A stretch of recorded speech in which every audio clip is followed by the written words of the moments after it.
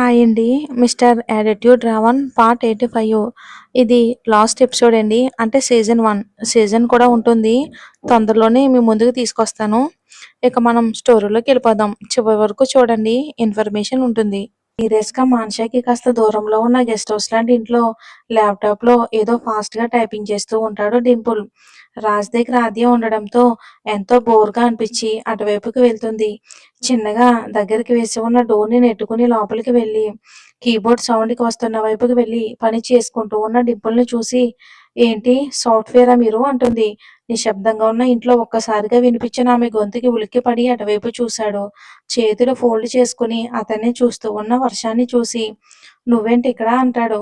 "ఏంటి రాకూడదా అని అంటుంది. రాకూడదని కాదు. సడెన్‌గా అలా వచ్చేసరికి వచ్చేసరికి భయపడ్డారా? అయినా అంత సీరియస్‌గా ఏం వర్క్ చేస్తూ ఉన్నారు? అయినా మీరు ఆయుష్ సార్ గారికి బాడీగార్డ్ కదా! ల్యాప్‌టాప్‌తో మీకేంటి పని? ఏదైనా గూడు పుటాని నడుపుతున్నారా ఏంటి?" అంటుంది. ఒక్కొక్క అడుగు అతని దగ్గరికి వేస్తూ. ఆయుష్ సార్ సామ్రాజ్యంలో అతనికి తెలియకుండా ఏదీ జరగదు. పైగా నా నుంచి అస్సలు రాదు. మీరు మర్చిపోయినట్టున్నారు. నేను ఆయుష్ సార్ బాడీగార్డ్ ప్లస్ ఆయన పర్సనల్ అసిస్టెంట్‌ని. యూఎస్ఏ కంపెనీల ఫైల్స్ చెక్ చేస్తూ ఉన్నా. సార్‌కి చూపించడానికి అని అంటాడు. అప్పటికే దగ్గరగా వచ్చేసిన వర్షాన్ని చూస్తూ, "ఏంటి మేడం ఏమైనా కావాలా?" అంటాడు కొంచెం తడబడుతూ. ఛ! మేడం అని పిలవకు. నాకు పేరుంది కదా! అంటుంది. అతను అలా ఆమెకు రెస్పెక్ట్ ఇచ్చి మాట్లాడుతూ ఉంటే, తనని ఎక్కువ చేసి తను తగ్గుతూ ఉంటే, అంటే మేడం అది మీరు ఎంత కాదు అన్నా ఉర్వి మేడంకి ఫ్రెండ్ కదా! సో, మీరు కూడా నాకు యజమాని లాంటి వారే. అందుకే అని ఆమె వైపు చూసేలోగా ఆమె కళ్ళల్లో నీళ్లు తిరుగుతాయి. అయ్యో మేడం ఏంటిది? ఇప్పుడు నేనేమన్నానని అంటున్న అతని వైపు కోపంగా చూసేసరికి నవ్వును దాస్తూ అంటే మీరు అంటున్న అతన్ని గట్టిగా హత్తుకుంటుంది వర్ష. ఇప్పుడు చెప్పు. నేనెవరిని అని అంటుంది వర్ష డింపుల్‌తో ఏడుపు గొంతుతో. డింపుల్ అయితే ఆశ్చర్యంతో అలానే ఉండిపోతాడు. ఇక ఆమె అలా హత్తుకోగానే అతని మాట నోటిలోనే ఆగిపోతుంది. చిన్నప్పటి నుండి అసలు అమ్మాయిలతో మాట్లాడిందే లేదు. ఏదైనా ఆఫీస్ విషయాలు తప్ప. అమ్మాయిలతో డిస్కస్ చేయవలసి వస్తే ఎంతవరకు మాట్లాడాలో అంతవరకునే మాట్లాడి తన పని తను చేసుకుంటూ ఉంటాడు. ఇంకా అమ్మాయి స్పర్శ అంటావా? అతని తల్లి స్పర్శ తప్ప ఇంకేదీ తెలీదు డింపుల్‌కి. అలాంటిది తన మనసులో ఉన్న అమ్మాయి ఇంతగా ఒక మల్లెపూల బంతిలా అతన్ని హత్తుకోగానే నోటమాట పడిపోయి గొంతు తడారిపోతుంది అతనికి. అతని దగ్గర నుండి ఎటువంటి సౌండ్ లేకపోయేసరికి తల పైకెత్తి చూసి, "చెప్పిప్పుడు. ఇప్పుడు కూడా మేడమే అంటావా?" అంటుంది. ఆమె అమాయకపు కళ్ళు అతన్ని చూస్తూ ఉంటే, అతని శరీరం పట్టు కౌలిపోతూ ఉంటే, ఒక్కసారిగా ఆమెను దూరం జరుపుతాడు డింపుల్. అతని నుండి ఆ చర్య ఊహించని ఆమె బాధగా అనిపించి ఏడుపొచ్చేస్తుంది. ఆమెనలా చూడలేక "ప్లీజ్ వర్ష" అంటాడు. "ఏంటి ప్లీజ్? నీకన్నీ తెలుసు. నేను నిన్నిష్టపడుతున్నానని కూడా తెలుసు. కానీ నువ్వు మాత్రం ఏమీ తెలియని వాడిలా నటిస్తూ కావాలనే నన్ను మేడం, మేడం అని పిలుస్తూ దూరం పెడుతున్నావు. నేను అనాథనని, నాకు ముందు వెనక ఎవరూ లేరు అని నన్నిలా దూరం పెడుతున్నావా? లేక అసలు నేనంటేనే నీకిష్టం లేదా? లేక" అని ఒక క్షణం ఆగి, ఎవరినైనా ప్రేమించావా?" అంటుంది వర్ష. ఆమె అంటున్న ఒక్కొక్క పదం అతని మనసుకి రంపపు కోతని గురిచేస్తూ ఉంటే, "వర్ష ప్లీజ్" అంటాడు మళ్ళీ. లేదు డింపుల్ గారు. నేను ఎప్పుడూ కూడా ఇది కావాలి అని ఎప్పుడూ కోరుకోలేదు. అనాథను కదా! కోరినా కూడా తెచ్చిపెట్టేవాళ్ళు కూడా లేరు. కానీ ఎందుకో తెలీదు. మిమ్మల్ని చూడగానే నా మనసు మీకే అంకితం అయ్యింది. అది ఎందుకో కూడా తెలీదు. కానీ మౌనంగా మిమ్మల్ని చూస్తూ గడిపేశా. నా మనసులో ఉన్నది బయట పెడితే మీ నుండి ఎలాంటి సమాధానం వినాల్సి వస్తుందోనని. కానీ మీ మాటల్లో మీరు నాపై చూపించే కేర్‌లో ఎక్కడో ఒక మూలన మీకు కూడా నేనంటే అభిప్రాయం ఉంది అనిపిచ్చింది. నేను మీ ముందు ఓపెన్ అవుతున్నా. నాకు మీ సమాధానం ఏదైనా కానివ్వండి. కానీ మీరు నన్ను ఇలా ఎక్కువ చేసి మేడం, మేడం అంటూ ఉంటే తట్టుకోలేకపోతున్నా. మిమ్మల్ని ఇబ్బంది పెడితే సారీ అండి అని వెళ్ళిపోబోతూ ఉంటుంది వర్ష. ఒక్కసారిగా ఆమె చెయ్యి పట్టుకుని తన వైపుకు లాక్కుంటాడు డింపుల్. అతను ముందుకు వచ్చి అతన్ని ఇంచు దూరంలో ఆగుతుంది. ఏంటి నీ పాటికి నువ్వొచ్చి అన్నీ నువ్వే అనేసి వెళ్తున్నావు. నా సమాధానం వినవా అంటాడు. మీ నోటి నుండి ఏ కట్టె విరుపు మాట వినాల్సి వస్తుందేమోనని నా భయం. మీ మనసులో నాకెటువంటి స్థానం లేదు అనే మాట నేను వినలేను. అందుకే వెళ్ళిపోతున్నా. ఇలా ఏమీ తెలియకుండా ఉంటే ఏదో ఒకరోజు ఆశతో ఉండొచ్చు కదా! కానీ మొహం మీదే లేదు అని చెప్తే ఆ నరకం నేను తట్టుకోలేను అంటుంది. నువ్వు డాక్టర్ కాకుండా లాయర్ అవ్వాల్సింది అంటాడు. అక్కడ జరిగేదానికి సంబంధం లేకుండా వాట్ అని వింతగా చూస్తుంది అతని వైపు. ఇంత సీరియస్ టాపిక్ జరుగుతూ ఉంటే అర్థం పర్థం లేనివి అడుగుతావేంటి? మరి నువ్వే ప్రశ్న, నువ్వే జవాబు, నువ్వే అన్నీ చెప్పుకుంటూ నా సైడు, నీ సైడు నువ్వే వాదించుకుంటూ ఉంటే అడిగాను. మాటలు లేకుండా అతని వైపే అర్థం కానట్టు చూస్తూ ఉంటుంది వర్ష. ఆమె చేతుల్ని తన 2 చేతుల్లోకి ప్రేమగా తీసుకుని మృదువుగా, ప్రేమగా వర్ష అంటాడు డింపుల్. ఒళ్ళు మొత్తం పులికించినట్టు ఒక వింత అనుభవం ఆమెలో. నువ్వు ఇంకొకరి అనాథ అనుకుంటే నేను ఒప్పుకోను వర్ష. ఎందుకంటే నువ్వు నన్ను చూసి మనసిచ్చావేమో. కానీ నిన్ను నేను చూడకముందే నీ గురించి తెలుసుకున్నప్పుడే నీతో ప్రేమలో పడిపోయా. అర్థం కానట్టు అలాగే అతని నోటి నుండి వచ్చిన ప్రేమ అనే మాటకి పొంగిపోతూ చూస్తుంది. ఆమె భావం అర్థమయ్యి చిన్నగా నవ్వి ఊర్వి సర్చింగ్ గురించి చెప్తూ ఆమెకి డీటెయిల్స్ కూడా కనుక్కోవడం చెప్తాడు మొత్తం అంతా. కానీ నేను ఎందుకు సైలెంట్‌గా ఉన్నాను అంటే నువ్వు ఎంత అపురూపమైన దానివో నాకే తెలుసు. నేను నీకు సరి తూగగలనా అని నేను నా హద్దుల్లో ఉన్నాను. అంతేకాని నీకు దూరం అవ్వాలి అనే ఉద్దేశం లేదు అని మనసులో ఉన్న ఫీలింగ్స్‌ను చెప్తూ ఉంటే, నిన్ను దూరం పెట్టడానికి కారణం సార్. నాకు చెప్పిన పనులు అవ్వాలి అంటే నాకు కొంత సమయం కావాలి. అందుకే వాటిలో నిన్ను ఇన్వాల్వ్ చేయటం ఇష్టం లేదు. కొన్ని కొన్ని అంతే. వాళ్ళకి ఎంతో ఇష్టమైనా సరే వాళ్ళకి బలహీనత అని నువ్వు నాకు ఎప్పుడూ బలం కావాలి. బలహీనత కాదు. అందుకే ఇక డిస్టర్బెన్స్ అంతా అయిపోగానే నేనే నీకు చెప్దామనుకున్నా అంటాడు డింపుల్. మనస్ఫూర్తిగా నమ్మలేనట్టుగా అతని వైపు మెరిసే కళ్ళతో చూసి అతని కౌగిట్లో ఒదిగిపోతుంది వర్ష. ఇక చాలు ఈ జన్మకి. మీ పని అయిపోయే అంతవరకు కూడా నేను నా ప్రేమని నాలోనే దాచుకుంటానని కాసేపు ప్రేమగా కళ్ళు మూసుకుంటుంది వెచ్చని అతని కౌగిట్లో.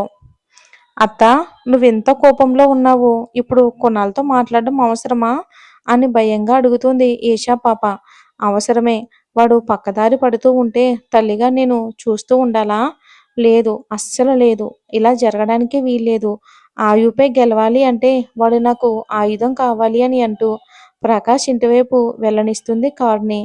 గత 2 రోజులుగా నిషాలో మునిగి తేలుతున్న మేనల్లుడిని చూస్తూ వీడికి ఈ రోజు ఉంది అని అనుకుంటూ దేవయాని వాళ్ళ కోసం ఎదురు చూస్తూ ఉంటాడు ప్రకాషు. ప్రకాష్ ఇంటి దగ్గర కారు ఆగగానే దిగి కోపంగా ఇంట్లోకి వస్తూ ఎక్కడున్నాడు అన్నయ్య వాడు ఎక్కడా అని అడుగుతుంది. ప్రకాష్ గారు చేత్తో చూపించగానే అటువైపుకి వెళ్తుంది దేవయాని. బెడ్ పై దొల్లుతూ ఉన్న కుణాల్ని చూడగానే కోపంగా పక్కనే ఉన్న వాటర్ జగ్గుతో ఉన్న నీళ్ళన్నీ అతని మీద ఒలగపోసింది. ఏ ఎవరు హా అని మత్తుగా ముద్ద ముద్దగా వస్తున్న మాటతో తనపై పడిన నీళ్ళన్నీ చిరాగ్గా కొంచెం దిగిన మత్తుతో చూసిన కొనాల్కి ఎదురుగా తన తల్లిని చూసి మామ్ నువ్వా నువ్వేంటి ఇక్కడ అని కొంచెం తడబడుతూ లేచి సరిగ్గా కూర్చుంటాడు కునాలు. నీకు నేనింకా గుర్తున్నానా అని కోపంగా అడుగుతుంది దేవయాని. అదేంటి మమ్మీ అలా మాట్లాడుతున్నావు? మరెలా మాట్లాడమంటావురా? నువ్వు నీ మత్తులో ఉండి 10 రోజులవుతుంది. ఎప్పుడో లేస్తావు. ఇంట్లో డబ్బులు తీసుకుంటావు. పబ్బులు, అమ్మాయిలు అంటూ తిరుగుతూ ఉంటావు. మళ్ళీ ఎప్పుడో రాత్రికెళ్ళి గుర్తుకు వస్తే వస్తున్నావు, లేక వెళ్ళిపోతున్నావు. అందుకే నేను ప్రకాష్ మామతో చెప్పి ఇక్కడే లాక్ చేయమని చెప్పాను. అబ్బా మామ్, తెలుగు పాత సినిమా మామ్‌లాగా ఏడవడం, తుడవడం చెయ్యకు. నా లైఫ్ నాకు నచ్చినట్టు ఉంటున్నా. ఇందులో మీరు కలుగ చేసుకోకండి అంటాడు విసుగ్గా కునాల్.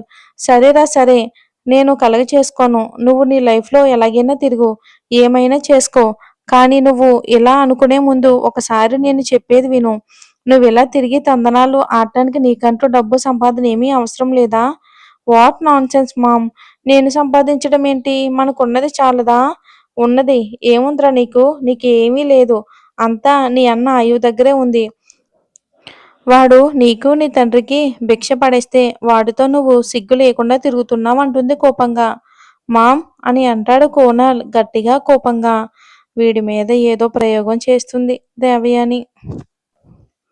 ఏంట్రా రోషం పొడుచుకొచ్చిందా? నీకేం వచ్చినా నేననే మాటలు నిజాలే. నీ నాయనమ్మ పోతూ పోతూ ఆర్మాని వ్యాపార సామ్రాజ్యాన్ని మొత్తం నీ అన్న చేతిలో పెట్టింది. ఎక్కడో అడపాదడపా మీ డాడీ చూసుకుంటున్నాడు అంతే.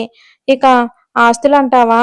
అవి మీ నాన్న మొదటి భార్యపై ఉన్న అమితమైన ప్రేమతో మీ నానమ్మ ఆవిడ పేరుపై కొని, ఇంకొన్ని ఆయువు పేరుపై, తర్వాత మీ తండ్రి పేరుపై, ఇక మిగిలిన చిల్లర అది కూడా నువ్వు ఆర్మాని వారసుడివి కాబట్టి మీ నాన్నమ్మ ఇచ్చింది. అంతే అంటుంది.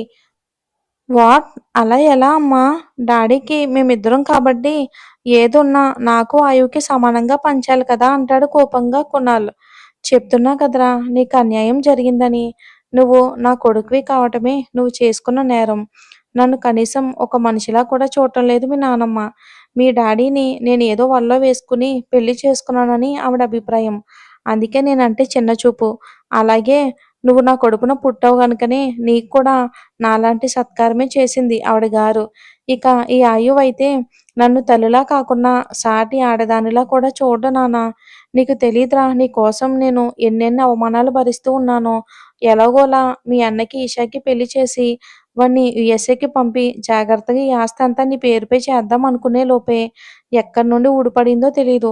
మన కంపెనీలో పనిచేసే డిజైనర్ మీ అన్నని వలలో వేసుకొని ఆడిస్తుంది. దాని మాయలో పడి మీ అన్న తన పేరుపై ఉన్న కోట్ల ఆస్తిని కూడా దానికి ఇచ్చేస్తాడేమోనని అనిపిస్తుందిరా. ఎవరు మామ్ తను? వద్దు నాన్న, నువ్వు ఈ విషయాలు తెలుసుకోకపోవటమే మంచిది. అది సామాన్యురాలు కాదు. మీ డాడీకే నోటమాట రాకుండా చేసింది. ఇక ఆయువు అయితే దాని చేతుల్లో కీలుబొమ్మ అయ్యాడు. ఇక ఆయువు గురించి నీకు పూర్తిగా తెలియదు నాన్న. నా గురించే వాడికి తెలియదు మామ్. ఎలా వచ్చిందో అలాగే దాన్ని వాడి జీవితంలో నుండి పంపించేసి, వాడిని పిచ్చివాడిని చేసి, ఆస్తిని మొత్తం నేను చేజిక్కించుకుంటాను. ఇక నుండి అదే నా ఆశయం. మామ్ నువ్వు బాధపడకు. నేను చూసుకుంటాను అని వెళ్ళిపోతాడు కునాల్. నిజానికి వారికి తెలియని విషయం ఏంటంటే దేవయాని, ఈషాలకు అసలు విషయం తెలీదు. ఎందుకంటే ఆ రోజు ఆయు నిశ్చితార్థం జరగకుండా ఆగిపోయింది కదా! లక్ష్మమ్మ ద్వారా విషయం తెలుసుకుంటాడు ఆయు. కానీ మౌనంగానే ఉన్నాడు. కానీ వాళ్ళింట్లో చిన్న సీసీ కెమెరా ఎవరికీ కనిపించకుండా అరేంజ్ చేశాడు. కానీ ఈ విషయం వాళ్ళకు కూడా తెలీదు. వాళ్ళ ప్రతి మూమెంటు వాళ్ళు మాట్లాడుకుంటున్న మాటలు అన్నీ ఆయువుకి తెలుస్తూనే ఉన్నాయి. ఓకే. వాళ్ళ ప్లానింగ్‌తో సహా ప్రతి ఒక్క ప్లానింగు ఇక దేవయానికి తిప్పు కొడుతూనే ఉంటాడు ఆయు. ఇక ఒకరోజు ఈషా, దేవయాని రూమ్‌లో కూర్చొని ఆయువు గురించి, ఊర్వి గురించి ప్లాన్ చేసుకుంటున్నారు. ఎలా విడదీయాలి? అలానే ఎంగేజ్‌మెంట్ జరగకుండా ఆపిన విషయం గురించి కూడా మాట్లాడుకుంటున్నారు. ఇక ఈలోపు ఆనంద్ గారు ఇక అటెళ్ళబోయి వీళ్ళ రూమ్‌లో మాట్లాడుకున్న మాటలు వినిపిస్తూ అక్కడే నిలబడి ఉన్నారు. ఆనంద్ గారిని వారు గమనించలేదు.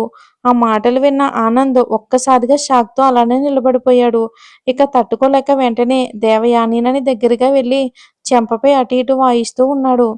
ఆనంద్ మంచివాడే. దేవయాని మాటల వల్ల అలా అయిపోయాడు అంతే. అదంతా చూస్తున్న ఆయు స్మైల్ చేశాడు. ఇంకీ రోజు ఆనంద్ గారి చేతిలో దేవయాని పనయిపోయింది అనుకుంటాడు ఆయు స్మైల్ చేస్తూ. ఈశాని కూడా ఇంట్లో నుంచి గెంటేస్తాడు ఆనంద్. ఇంకా దేవయాని పరిస్థితి పని మనిషి కన్నా హీనంగా తయారైంది. తను చేసిన తప్పులకి. ఈషాకైతే ప్రకాష్ గారు వేరే సంబంధం చూసి పెళ్లి చేసి ఆస్ట్రేలియా పంపించేస్తారు. ఇక ఈషాకి ఆయు అంటే ఇష్టం లేదు. ఆస్తి కోసమే ఈషా ఆయుని పెళ్లి చేసుకోవాలి అనుకుంది. ఇక అలా రోజులు గడుస్తూ ఉన్నాయి. రాజ్ కూడా నెమ్మదిగా కోలుకుంటాడు. తర్వాత రాజేశ్వరి దగ్గర కూడా వెళ్తాడు. రాజ్‌కి నిజానికి ఆద్య అంటే ఇష్టమే. తనకి యాక్సిడెంట్ అయినప్పుడు ఎంత బాధపడింది, ఎంత ప్రేమగా దగ్గరుండి చూసుకుందోనని. ఇక ఒకరికొకరు చెప్పుకోకపోయినా ఇద్దరికీ ఇష్టమేనని ఇద్దరికీ తెలుసు. ఇక ఊర్వి, రాజులకు కూడా ఘనంగా పెళ్లి జరుగుతుంది.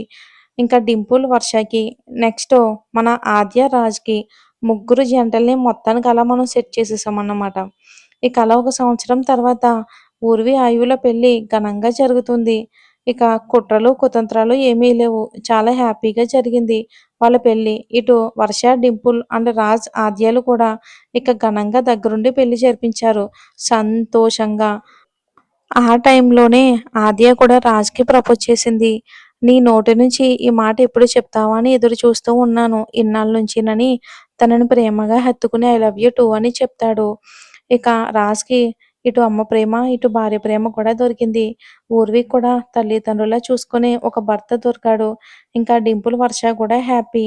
మరి దేవయాని పరిస్థితి మాత్రం తను చేసిన పాపాలకు శిక్ష అనుభవిస్తూ ఉంటుంది. అలా రోజులు గడిచిపోతూ ఉన్నాయి. ఒక 2 సంవత్సరాలకి ఊర్వికి ట్విన్స్ పుట్టారు. ఇటు ఆఫీస్‌తోనూ, అటు ఊర్వి పిల్లలతోని హ్యాపీగా సాగిపోతూ కాలాన్ని గడుపుతున్నారు. ఏంటక్కా సడెన్‌గా అయిపోయింది స్టోరీ అనుకుంటున్నారా? అవ్వలేదండి. సీజన్ 2 కూడా ఉంది. సీజన్ 2లో రానా బ్రతికే ఉన్నట్టు, నెక్స్ట్ దేవయాని ఆయి వాళ్ళ అమ్మని ఎలా చంపింది అనేది, నెక్స్ట్ వీళ్ళు ముగ్గురు వాళ్ళని ఎలా ఎదుర్కొన్నారు అనేది రాస్తాం. కాకపోతే స్టోరీ ఇంకా రాయలేదు. రాయడానికి టైం పడుతుంది. ఇంకా ఎక్కువ లాగ్ చేయొద్దక్కా, ఇంకిక్కడితో ఆపేసేయండి అంటే స్టోరీ ఆపేస్తాను. సీజన్ 2 కూడా మాకు కావాలి అంటే గనక రాస్తాను. ఈ అలాగే స్టోరీ మీద మీ అభిప్రాయాన్ని తెలియచేయండి. మన ఛానల్‌లో ఇంకా మంచి మంచి స్టోరీస్ అన్నీ వస్తూనే ఉంటాయి. మన స్టోరీని ఆదరించిన ప్రతి ఒక్కరికి, కామెంట్ పెట్టి ఎంకరేజ్ చేసిన ప్రతి ఒక్కరికి మనస్ఫూర్తిగా ధన్యవాదాలండి. థాంక్స్ అండి. Thanks for watching. మీకు సీజన్ 2 కావాలంటే కామెంట్ చేయండి. అంటే రాయడం స్టార్ట్ చేయాలి కదండీ! మళ్ళీ అప్‌లోడ్ చేయడానికి కూడా మాకు టైం పడుతుంది. ఈలోపు కొత్త స్టోరీ కూడా వస్తుంది కదా! చూడండి. థాంక్స్ అండి. Thanks for watching. కామెంట్ చేయడం మర్చిపోవద్దు సీజన్ 2 అని. అది కావాలనుకున్న వాళ్ళకి మాత్రమే.